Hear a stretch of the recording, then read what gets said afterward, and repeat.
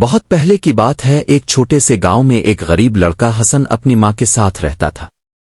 حسن محنتی اور نیک دل تھا، مگر غربت کی وجہ سے وہ اکثر فاقے کرتا۔ ایک دن جب وہ جنگل میں لکڑیاں کاٹنے گیا تو اسے ایک پراسرار بوڑھا شخص ملا۔ بوڑھے نے کہا، بیٹا، اگر تم میری ایک مدد کرو گے تو میں تمہیں ایک نایاب خزانہ دوں گا۔ حسن نے پوچھا، کیا مدد کرنی ہوگی؟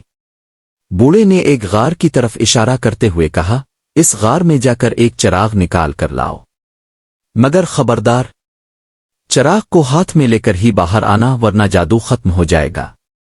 حسن ہمت کر کے غار میں داخل ہوا۔ اندر ہر طرف اندھیرا تھا، مگر جب اس نے آگے بڑھ کر چراغ دیکھا تو وہ چمک اٹھا۔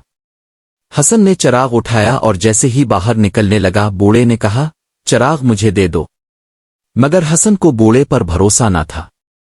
اس نے انکار کر دیا، جس پر بوڑھا غصے میں آ گیا اور غار کا دروازہ بند کر دیا۔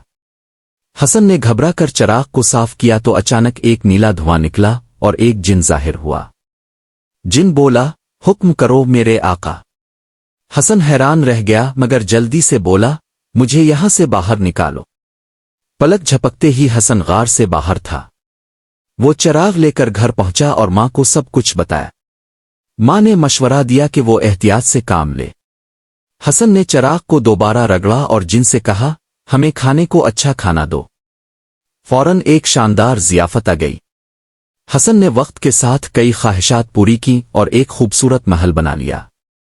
وہ سب کی مدد کرتا مگر غرور نہ کرتا۔ ایک دن وہی بوڑھا شخص واپس آیا۔ اس نے ایک چالاکی کی اور حسن کی ماں سے کہہ کر چراغ حاصل کر لیا۔ جیسے ہی اس نے چراغ رگڑا، جن حاضر ہو گیا اور بوڑھے نے محل اور حسن کی ساری دولت لے لی۔ حسن مایوس نہ ہوا۔ وہ سمجھ گیا کہ سچی طاقت جادو میں نہیں بلکہ نیکی اور ہمت میں ہے۔ اس نے دوبارہ محنت شروع کی اور لوگوں کی مدد سے اپنے کھوئے ہوئے محل کو واپس حاصل کر لیا۔